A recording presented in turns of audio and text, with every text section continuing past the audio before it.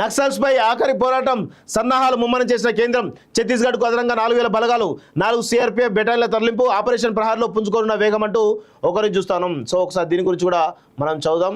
Operation సంబంధించినటువంటి ఏదైతే నక్సల్స్ను ఏరిపారేయడానికి మొత్తానికి ఇది పెద్ద ఎత్తున ఈ ప్రభుత్వం కేంద్ర ప్రభుత్వం చాలా సీరియస్గా ఉన్నట్టు తెలుస్తూ ఉంది. సో చూడండి, నక్సల్స్ పై ఆఖరి పోరాటం ఛత్తీస్గఢ్కు అదనంగా 4000 బలగాలు.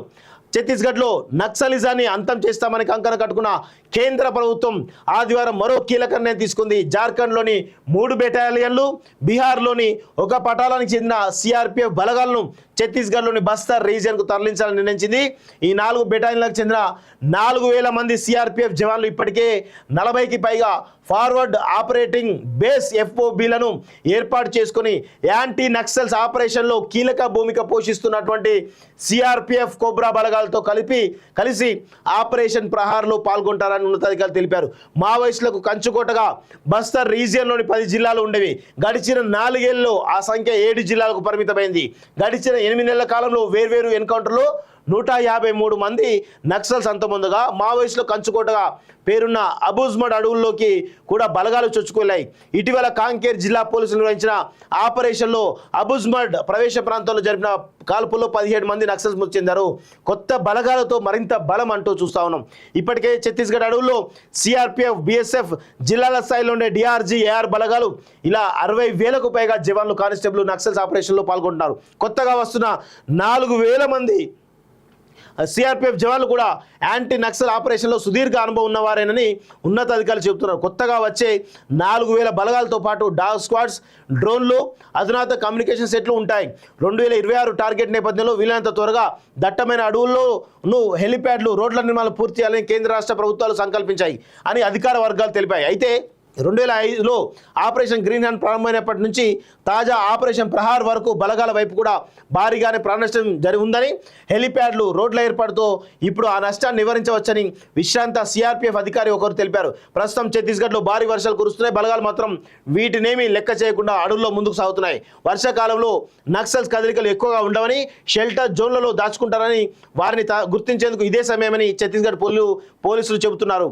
అబుజ్మడ్పై పట్టు సాధ్యమేనా అంటే వాస్తవంగా ఈ నక్సలిజాన్ని ఏరిపారేయడానికి ఈ కేంద్ర ప్రభుత్వం చాలా పెద్ద ఎత్తున కంకణం కట్టుకొని ఉన్నది అనే విషయం కూడా తెలుస్తూ ఉంది. అయితే నక్సలిజానికి ఛత్తీస్గఢ్లో ఉన్నటువంటి 10 జిల్లాలు చాలా పెద్ద ఎత్తున వాళ్ళకు అడ్డాలుగా ఉన్నాయి. సో అవి 10 జిల్లాల నుంచి 7 జిల్లాలకు రావడం జరిగింది.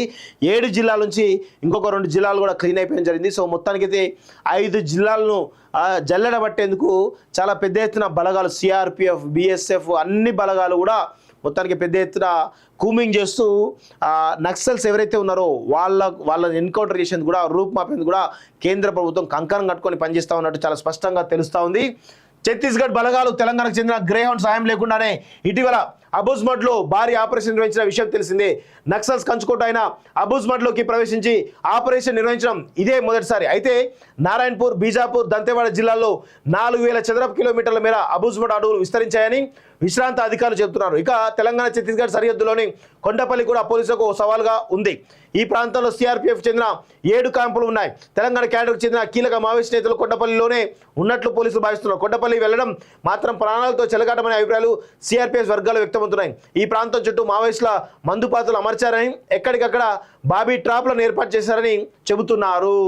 సో మొత్తానికైతే నక్సల్స్ని ఏరిపారేయడానికి ఈ దేశ ప్రభుత్వం కంకణం కట్టుకొని పనిచేస్తూ ఉంది. అయితే ఇక్కడ విషయం ఏంటి అంటే ఈ దేశంలో నక్సలిజం ఏర్పడడానికి మూల కారణం పెట్టుబడిదారి వ్యవస్థ కావచ్చు, లేకపోతే పెత్తందారి వ్యవస్థకు వ్యతిరేకంగా నక్సలిజం ఏర్పడింది అనేది మనందరం కూడా గమనించాల్సినటువంటి అవసరం ఉంది. అదేవిధంగా ఈ నక్సలిజాన్ని రూపుమాపడం అనేది అంత ఈజీ కాదు అనే విషయం కూడా గుర్తుపెట్టుకోవాలి. ఎందుకు అంటే వాళ్ళ నెట్వర్క్ అలాంటిది. అంటే ఆర్ఎస్ఎస్, అదేవిధంగా ఇలాంటి సంస్థలు ఏవైతే నక్సలిజం ఏవైతే ఉన్నాయో ఇవన్నీ కూడా ఒక సిద్ధాంతపరమైనటువంటి బేస్ ఏర్పరచుకున్నటువంటి సంస్థలు. ఎప్పుడైనా కానీ సిద్ధాంతపరమైనటువంటి బేస్ ఏర్పరచుకున్న సంస్థలు ఏవైతే ఉన్నాయో వాటి మనుగడ ఎప్పుడు కూడా పోదు అనేటువంటి విషయాన్ని మనకు గుర్తు. ఇది నేను చాలా ప్రాక్టికల్గా చెప్తున్నాను. సరే, ఛత్తీస్గఢ్లో ఆ 10 జిల్లాలు ఏవైతే అబుజ్మడ్ కానీ మిగతా దంతెవాడ ఏవైతే ఉన్నాయో 10 జిల్లాల్లో కావచ్చు, లేకపోతే ఆ రాష్ట్రంలో కొంత పార్ట్ అవుతుందో, ఛత్తీస్గఢ్ కొంత పార్ట్ అవుతుందో వాళ్ళకి చదువు వాళ్ళే నేర్పిస్తారు, సిలబస్ వాళ్ళదే, యూనివర్సిటీ వాళ్ళదే, సర్టిఫికేట్ వాళ్ళదే, ఆ రూల్స్ అండ్ రెగ్యులేషన్ వాళ్ళవే. వాళ్ళు చెప్పినట్టు అంటే అక్కడ ఒక రాజ్యాంగం, సపరేట్ రాజ్యాంగం నడుస్తూ ఉంటుంది. అక్కడ భారత రాజ్యాంగం నడవదనేటువంటి విషయాన్ని గుర్తుపెట్టుకోవాలి. అక్కడ సపరేట్ రాజ్యాంగం, సపరేట్ యూనివర్సిటీ, సపరేట్ సిలబస్, అవన్నీ వాళ్ళు ఏవైతే బోధిస్తారో అదే వాళ్ళ సిలబస్. అలా ఆ సిలబస్ కూడా ప్రిపేర్ చేసి పెట్టుకున్నారు. వాళ్ళ రాజ్యాంగం వాళ్ళ ప్రకారమే అక్కడ నడుచుకుంటారు. సో అక్కడ ఉన్నటువంటి ఆదివాసీలు వాళ్ళకు అండగా ఉంటూ వస్తూ ఉన్నారు. ఒకవేళ ఛత్తీస్గఢ్లో అంటే కొంత నక్సల్స్ని నిర్మూలించాలి అంటే ఇంకొక వైపు మనం చూడాల్సిన విషయం ఏంటంటే అక్కడ జరుగుతున్నటువంటి ఈ నక్సల్స్ ఏరివేత కార్యక్రమం తర్వాత ఆ దట్టమైనటువంటి అడవుల్లో ఉన్నటువంటి విలువైనటువంటి ఖనిజ సంపద, దానికోసం గతంలో ఉన్నటువంటి అనేకమైనటువంటి ప్రభుత్వాలు పెద్ద ఎత్తున ప్లాన్ చేసి ఫెయిలర్ సందర్భాలు ఉన్నాయి. సో ఇప్పుడు ఆ ఖనిజ సంపద కోసం ఏమైనా ఈ కేంద్ర ప్రభుత్వం చాలా పెద్ద ఎత్తున ప్లాన్ చేస్తుందా అనేటువంటి అనుమానాలు కూడా నివృత్తి చేయాల్సినటువంటి అవసరం కూడా ఉంది. ఎందుకంటే అక్కడ ఆ అడవుల్లో కొన్ని లక్షల కోట్ల విలువైనటువంటి ఖనిజ సంపద ఉంది, కొన్ని లక్షల కోట్ల విలువైనటువంటి సంపద అక్కడ ఉంది. ఆ సంపదను కార్పొరేట్ మాఫియా ఏమైనా దోచుకోవడానికి ప్రయత్నం చేస్తుందా అనేటువంటి అనుమానాలు కూడా ఉన్నాయి. సో కేంద్ర ప్రభుత్వం దీనిపైన కూడా వివరణ ఇవ్వాలి. మేము ఎలాంటి ఆ ఖనిజ సంపదను ఆ సంపదను ఎట్టి పరిస్థితులను అట్లే ఉంచుతామనేటువంటి ఒక మాట చెప్పి ఆపరేషన్ చేస్తే బాగుంటుంది అనేటువంటి అభిప్రాయం నాకైతే వ్యక్తమవుతా ఉంది. సో దాన్ని నేనైతే అనుకుంటా ఉన్నాను, చూడాలి ఏమవుతుందో. 2026 కల్లా ఛత్తీస్గఢ్లో నక్సలిజాన్ని కూకటి వేళ్లతో పెకిలించేస్తాం. గత నెల 24 నక్సల్ ప్రభావిత రాష్ట్రాల సిఎస్లో డీజీ ప్లస్ హౌస్లో కేంద్ర హోంశాఖ మంత్రి అమిత్ షా అంటూ ఒకరిని చూస్తూ ఉన్నాం. సో నాకున్నటువంటి నాలెడ్జ్, అవగాహన ప్రకారం నక్సలిజం అనేది సరే ఛత్తీస్గఢ్ వరకే ఉన్నదని అందరూ అనుకుంటున్నారు, కానీ ఛత్తీస్గఢ్లో లేదు. అది ఛత్తీస్గఢ్లో ఉన్నది, కానీ ఇప్పుడు అన్ని నగరాల్లో, అన్ని ఊర్లలో, అన్ని సిటీలలో కూడా నక్సలిజం, అర్బన్ నక్సలిజం వ్యాప్తి ఉంది. సో దాన్ని అరికట్టడం అంత ఈజీ కాదు అనేటువంటి విషయాన్ని మనందరం కూడా గుర్తుపెట్టుకోవాలి. నక్సల్స్పై ఆఖరి పోరాటం సన్నాహాలు ముమ్మరం చేసిన కేంద్రం. ఛత్తీస్గఢ్కు అదనంగా 4000 బలగాలు, 4 సిఆర్పిఎఫ్ బెటాలియన్ల తరలింపు, ఆపరేషన్ ప్రహార్లో పుంజుకోనున్న వేగం అంటూ ఒకరిని చూస్తాను. సో ఒకసారి దీని గురించి కూడా మనం చదువుదాం. ఆపరేషన్ సంబంధించినటువంటి ఏదైతే నక్సల్స్ను ఏరిపారేయడానికి మొత్తానికి ఇది పెద్ద ఎత్తున ఈ ప్రభుత్వం, ఆ కేంద్ర ప్రభుత్వం చాలా సీరియస్గా ఉన్నట్టు తెలుస్తూ ఉంది. సో చూడండి, నక్సల్స్పై ఆఖరి పోరాటం. ఛత్తీస్గఢ్కు అదనంగా 4000 బలగాలు.